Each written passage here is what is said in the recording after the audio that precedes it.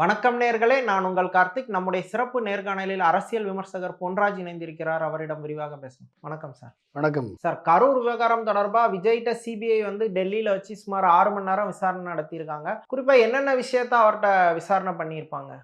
இது எல்லாருக்கும் தெரிஞ்ச விஷயம்தான். என்ன விஷயம்? கரூர் சம்பவத்தினுடைய தலகர்த்தா வந்து விஜய் தான். அவர் குற்றவாளி அப்படின்றத முதல் எஃப்ஐஆரில் அவர் பேரை சேர்க்கல. இருந்தாலும் இந்த ஒட்டுமொத்த 41 பேர் மரணத்திற்கு காரணமானவ அவர் வந்து விஜய் தானே. இப்போ அவரை விசாரித்தானே ஆகணும். ஸோ அப்போ அவரை தானே ஃபஸ்ட்டு விசாரிக்கணும். அவரை பார்க்க வந்து தானே இத்தனை பேர் இறந்துட்டாங்க. ஸோ இது வந்து கொலை என்று நம்ம கருத முடியாது. இது கல்புல் ஹோமிசைடுன்னு சொல்கிறாங்க. ஸோ அப்போ வந்து அதுக்கான அந்த 41 மரணத்திற்கு காரணமாக அவர் அமைந்திருக்கார். அப்போ அதுக்கான சம்பவங்கள், ஏன் இந்த சம்பவம் ஏற்பட்டது, எதனால் ஏற்பட்டது, ஏன் இந்த நெருக்கடி ஏற்பட்டது, ஏன் வந்து ஆல்ரெடி 27,000 பேர் எப்படி கூடுனாங்க, அந்த கரூரில் பிரச்சாரம் பண்ணுறதுக்கு எதுக்கு 4 மாவட்டத்துலேருந்து 5 மாவட்டத்துலேருந்து வந்தாங்க, ஏன் கூட 10,000 பேரை கூப்பிட்டு வந்து அந்த ஏற்கனவே இருந்த ஸ்டேட்டிக் க்ரௌடோட இந்த க்ரௌடு மெர்ஜாச்சு. அப்போ வந்து இதில் ஜனநாயகன் படம் ஷூட்டிங் எடுத்தான்னு சொல்கிறாங்களே, அது உண்மையா? இவ்வளோ பேர் செத்து விழுகும்போதும் அதை கண்டுக்காமல் இறங்கி ஓடினது எந்த வகையில் நியாயம்? இதெல்லாம் கேட்பாங்கள்ல. அப்போ லைட்டை சுவிட்ச் ஆஃப் பண்ணி ஆன் பண்ணி ஒரு வைப்பை கிரியேட் பண்ணி அங்கே வந்து ஒரு அவங்க இருக்கக்கூடியவங்க மத்தியில் ஒரு ரசிகர் மத்தியில் தள்ளுமுள்ளு கிரியேட் பண்ணுறதுக்கு, ஆனால் ஒரு அந்த இனிஷியேட்டிங் த க்ரௌடு, இதெல்லாம் ஏன் பண்ணீங்க அப்படின்ற கேள்விகள் நார்மலாக எல்லாத்துக்கும் வரக்கூடிய கேள்விகள் தானே.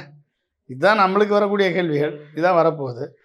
அந்த பஸ்ஸை வந்து அப்போயே உடனடியாக அதை சீஸ் பண்ணாமல் பஸ்ஸில் இருந்த அந்த சிசிடிவிக்களையோ அந்த யூஸ் உபயோகப்பட்ட கேமராக்களையோ அந்த ஹார்ட் டிஸ்கையோ உடனே சீஸ் பண்ணாமல் இப்போ வந்து அதை சீஸ் பண்ணி அதை விசாரிக்கிறதுல எந்த விதமான அர்த்தமும் இருக்க மாதிரி எனக்கு தெரியல. இல்லை, தொடக்கத்தில் வந்து தமிழ்நாடு அரசு தான் இதை விசாரித்தாங்க. ஸோ அவங்க வந்து விஜயை ரொம்ப சாஃப்டாக டீல் பண்ணாங்களா? ஆமாம், தமிழ்நாடு அரசு வந்து ரொம்ப சாஃப்டாக, அது முதல்வருடைய டோனே வந்து சாஃப்டாக ஆக்கிருச்சு. எந்த ஒரு அரசியல் கட்சி தலைவரும் தன் தொண்டர்கள் சாவதை விரும்ப மாட்டார்கள் என்று சொல்லி தான் அவர் முதல்வர் ஆரம்பித்தார். அப்போ அதே வந்து விஜயை வந்து எஃப்ஐஆரில் சேர்க்காததற்கு காரணமாக அமைந்து விட்டது. தமிழ்நாடு அரசு விஜய்க்கு சாஃப்ட் கார்னராக தான் டீல் பண்ணாங்க. தமிழ்நாடு அரசு விஜயால் ஏற்பட்ட அந்த உயிரிழப்பு சம்பவத்தை ரொம்ப அழகாக ஹேண்டில் பண்ணி ஃபர்தர் எஸ்கலேஷன் ஆகாமல், ஃபர்தராக உயிரிழப்பு ஏற்படாமல் உடனடியாக விரைந்து சென்று தேவையான மருத்துவ உதவிகளை கொடுத்து அந்த 112 பேர் அட்மிட் பண்ண 112 பேரையும் காப்பாற்றிட்டாங்க. தூக்கிட்டு போன பேர் 41 பேர் செத்து தூக்கிட்டு போனவங்க தான். ஆல்ரெடி செத்து தான் தூக்கிட்டு போனாங்க, அவங்கள காப்பாற்ற முடியல. ஸோ அவங்களுக்கு உடனடியாக நைட்டே போஸ்ட்மார்ட்டம் ஏற்பாடு பண்ணி இப்படிப்பட்ட ஒரு இம்மீடியட் ஆக்ஷன் வந்து தமிழ்நாடு போலீஸ் பண்ணிச்சு. ஒரு நபர் விசாரணை கமிஷன் நியாயமாக நடந்திருக்கும். தமிழ்நாடு போலீஸ் ஒழுங்காக விசாரணை பண்ணியிருக்கோம். ஐஜி அஸ்ராகருக்கு தலைமையில் நியாயம் கிடச்சிருக்கோம். அது வம்பா போய் விஜயை போய் மாட்டி விட்டது ஆதவர்ஜனா தான். பிஜேபிகிட்ட போய் மாட்டி விட்டது, குருமூர்த்திகிட்ட போய் மாட்டி விட்டது ஆதவர்ஜனா தான். அப்போ ஆதவர்ஜனா போன்ற ஒரு நபர்களை பக்கத்தில் வைத்து செயல்படக்கூடிய ஒரு விஜய் தன்னைத்தானே காப்பாற்ற முடியாத சூழலுக்கு இன்றைக்கி ஆளாக்கப்பட்டு இன்றைக்கி சிபிஐ விசாரணைக்கு என்கொயரிக்கு உள்ளாக்கப்பட்டிருக்கிறார். சிபிஐ விசாரணை ஒன்றும் பெரிய விஷயம்லாம் ஒன்றும் கிடையாது. அது வழக்கம் போல் அவங்க கேட்குற கேள்விகளுக்கு பதில் சொல்லிவிட்டு வர வேண்டியதானுடைய வேற ஒன்றும் அவர் மேலே தலை போகிற விஷயமாலாம் ஒன்றும் அவர் மேலே ஆக்ஷன்லாம் எடுத்துட மாட்டாங்க. ஹத்ரஸ் பாபா சம்பவத்தில் 121 பேர் செத்தான். அந்த பாபாவை அரெஸ்ட் பண்ணி உள்ளே வச்சுட்டானா என்ன? இல்லையே. செத்தவன் தான், பரலோகம் போனவன் தான். 121 பேர் செத்தவன் தான். அவனுக்கு நிவாரணம் கூட ஒருத்தரும் கொடுக்கல, அந்த பாபா கொடுக்கல. அப்போ வந்து இந்த 41 பேர் செத்தது இவன் தலையெடுத்து. இவன் போய் வம்பா போய் பார்த்து செத்தான். 20 லட்சத்தை வாங்கினா அவங்க ஃபேமிலி இப்போ இருக்காங்க. 20 லட்சத்தை வாங்கிட்டு நிம்மதியாக இருக்காங்க. விஜய் மேலே எந்த குற்றம் இல்லைன்னு சொல்லிட்டு அவங்க வரல போயிட்டாங்க, இவங்க போயிட்டாங்க. இதை பயன்படுத்தி பிஜேபி அவங்களுக்குரிய அரசியல் ஆட்டத்தை விஜயை வச்சு விஜயை வந்து ஒரு பகடக்காயாக பயன்படுத்துவதற்காக இந்த சிபிஐ விசாரணையை வைத்து விஜயை மிரட்டி கொண்டிருக்கிறது.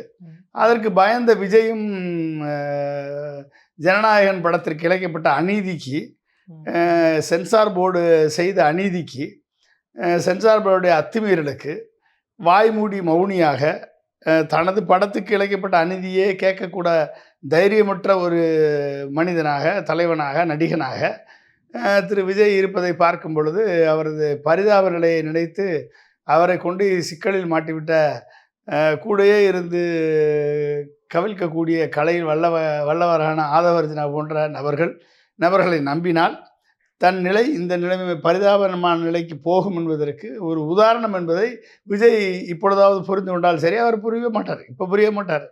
அவர் இன்னும் போய் மாட்டினா தான், சிக்கலில் மாட்டினா தான் புரியும். இப்போதைக்கு அவருக்கு புரியாது. இல்லை, இப்போ பாஜக வந்து இந்திய அளவில் பல மூத்த அரசியல் தலைவர்களை வந்து இடி அல்லது சிபிஐ இல்லை வருமான வரித்துறையை வச்சு நெருக்கி தன் கட்சிக்கு இழுத்துருக்காங்க. இப்போ விஜய்க்கும் அந்த மாதிரியான ப்ரெஷர் கொடுத்து கூட்டணிக்கு இழுக்கிறதுக்கான வழியை பண்ணுவாங்களா? ஆமாம், என்ன சுகந்த அதிகாரி பண்ணலையா? வெஸ்ட் பெங்காலில் சிண்டையை பண்ணலையா? எத்தனை பேரை வந்து சிபிஐ பயன்படுத்தி பிஜேபி தனது அரசியல் லாபத்துக்காக பயன்படுத்தியது. அவங்கள தங்க பக்கம் வந்த உடனே வாஷிங் மிஷினில் போட்ட வெளுத்த துணி மாதிரி வெளுத்து அவங்க மேலே இருக்கக்கூடிய கேஸ்களை, ஊழல் கேஸ்களை நீர்த்து போக செய்தது. அதுபோல் இதுவும் அது ஒரு மிரட்டல் தான்.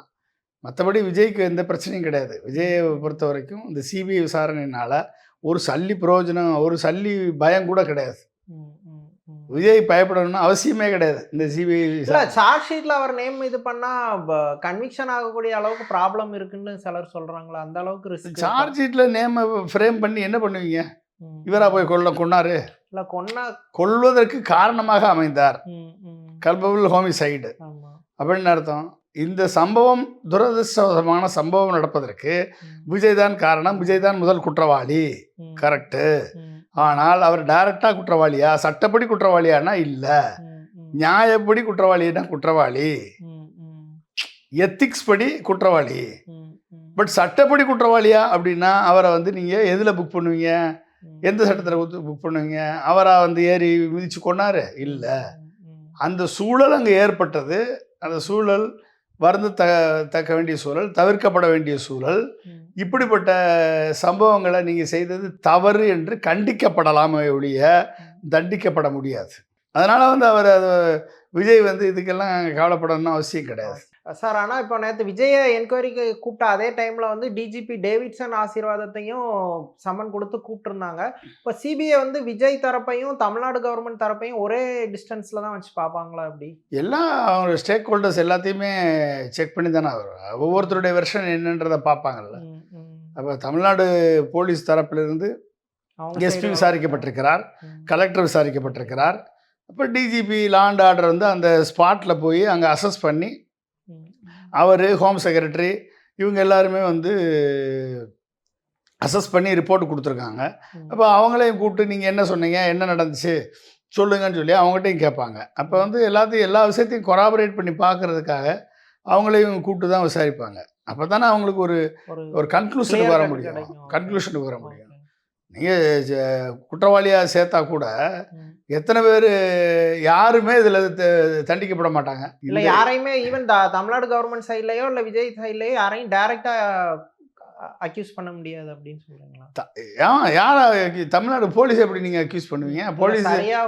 போலீஸ் வந்து வழக்கத்துக்கு மாற அதிகமான ப்ரொடெக்ஷன் கொடுத்துருக்காங்க. போலீஸ் முதல்ல முன்கூட்டி எச்சரிச்சிருக்காங்க, நீங்கள் போகாதீங்க இந்த இடத்துக்கு, கொஞ்சம் முன்னால் நின்று பேசுங்கன்னு. ஸோ இத்தனையும் மீறி செஞ்சது விஜய். அப்போ அதை செய்வதற்கு விஜய் தான் அது காரணமாக இருந்திருக்காரு. அப்போ அந்த இந்த குற்ற நடவடிக்கை இல்லைன்னா இந்த 41 மரணத்திற்கு காரணமாக அமைந்தது விஜயனுடைய செயல், விஜயனுடைய தாந்தோன்றித்தனம், விஜயனுடைய அறிவீனம், விஜயனுடைய அகங்காரம், விஜயனுடைய ஆணவம். இதுதான் வந்து இந்த 41 மரணத்திற்கு காரணமாக அமைந்திருக்கு. அப்போ இதுக்கு என்ன தண்டனை கொடுக்குறது? ஆணவத்திற்கும் அகங்காரத்திற்கும் எப்படியா தண்டனை கொடுப்பாங்களா? நீங்கள் ஆணவமாக இருக்கீங்க, அதனால் உங்களுக்கு குற்றச்செயல் ஐபிசி 302 படி செக்ஷன் படி மரண தண்டனை அப்படி கொடுப்பாங்களா? கிடையாது. அதெல்லாம் வந்து இதெல்லாம் நீங்கள் பண்ணதுனால நீங்கள் இனிமேல் இந்த மாதிரியான நடவடிக்கையில் ஈடுபடக்கூடாது அப்படின்னு ஒரு கண்டனத்தை பதிவு பண்ணி நீதிபதி கடைசியில் கைட்லைன்ஸ் மாதிரி கொடுக்குறது. ஆமாம் கைட்லைன்ஸ் மாதிரி கொடுப்பாங்க. அவ்வளோதான், வேறு என்ன பண்ண போகிறாங்க? செத்தவன் தான், 41 பேர் செத்தவன் அவனுக்கு நீதியெல்லாம் கிடைக்காது.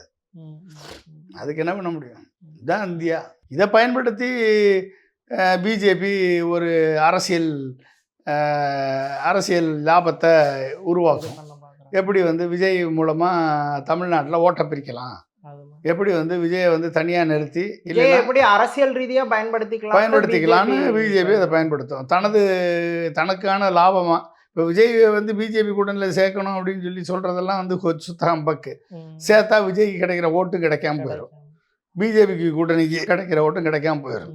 பிஜேபி கூட்டணிக்கு லாபமாக அமையாது.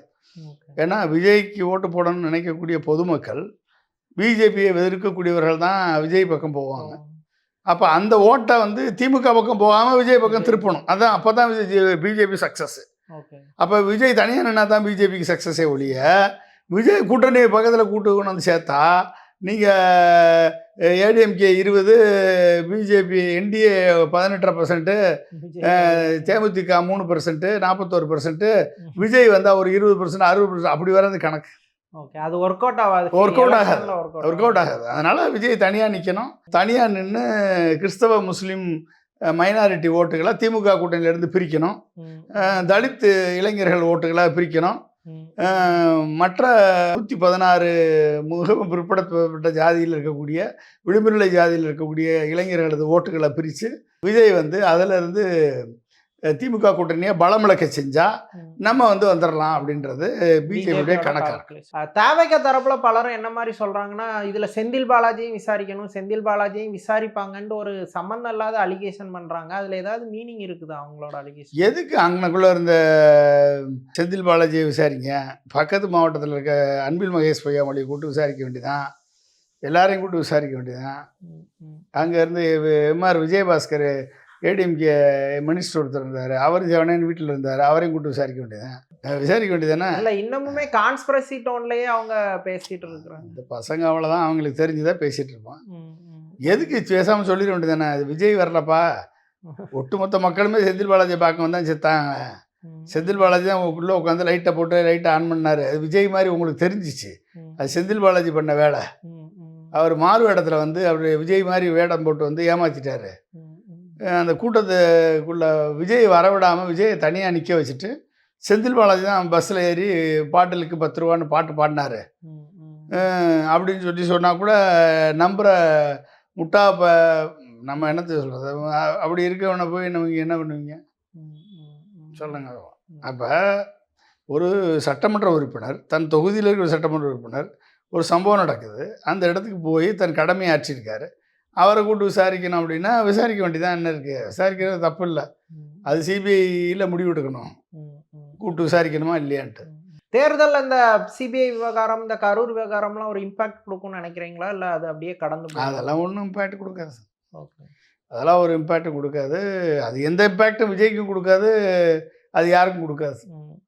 கரூரில் எந்த இம்பேக்டும் இருக்காது. ஓகே, ஆஸ் யூஷுவல் தான் இருக்கும். ஆஸ் யூஷுவலாக இருக்கும்.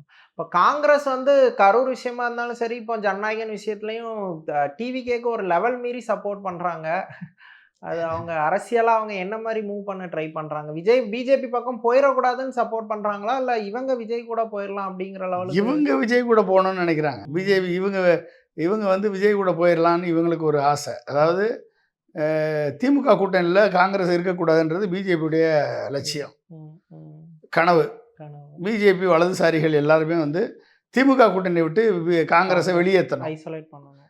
அதில் அந்த எண்ணத்தோடு இருப்பவர்கள் ஆர்எஸ்எஸ்காரர்கள், பிஜேபிக்காரர்கள், இவங்கெல்லாம் இருக்காங்க. அந்த எண்ணத்தை ரெஃப்ளெக்ட் பண்ணக்கூடியவர்களாக காங்கிரஸில் சில பேர் இருக்காங்க. அப்படின்னா அவங்க ஆர்எஸ்எஸ் விருப்பத்தை நிறைவேற்றக்கூடிய நபர்களாக அவர்கள் இருக்காங்க. அவங்களுக்கு காங்கிரஸை வலுப்படுத்தணும், காங்கிரஸை தகுதிப்படுத்தணும், காங்கிரஸ் மூலமாக தமிழகத்தில் காமராஜர் ஆட்சியை கொண்டு வரணும், காங்கிரஸை பிஜேபிக்கு அகைன்ஸ்டாக கட்சியை கிராஸ் ரூட் லெவலில் ஸ்ட்ரென்தன் பண்ணணும், எங்கெல்லாம் பிஜேபி கொடி இருக்கோ அங்கெல்லாம் காங்கிரஸ் கொடி இருக்கணும் அப்படின்றத செய்யணுன்ற எண்ணமெல்லாம் கிடையாது அவங்களுக்கு.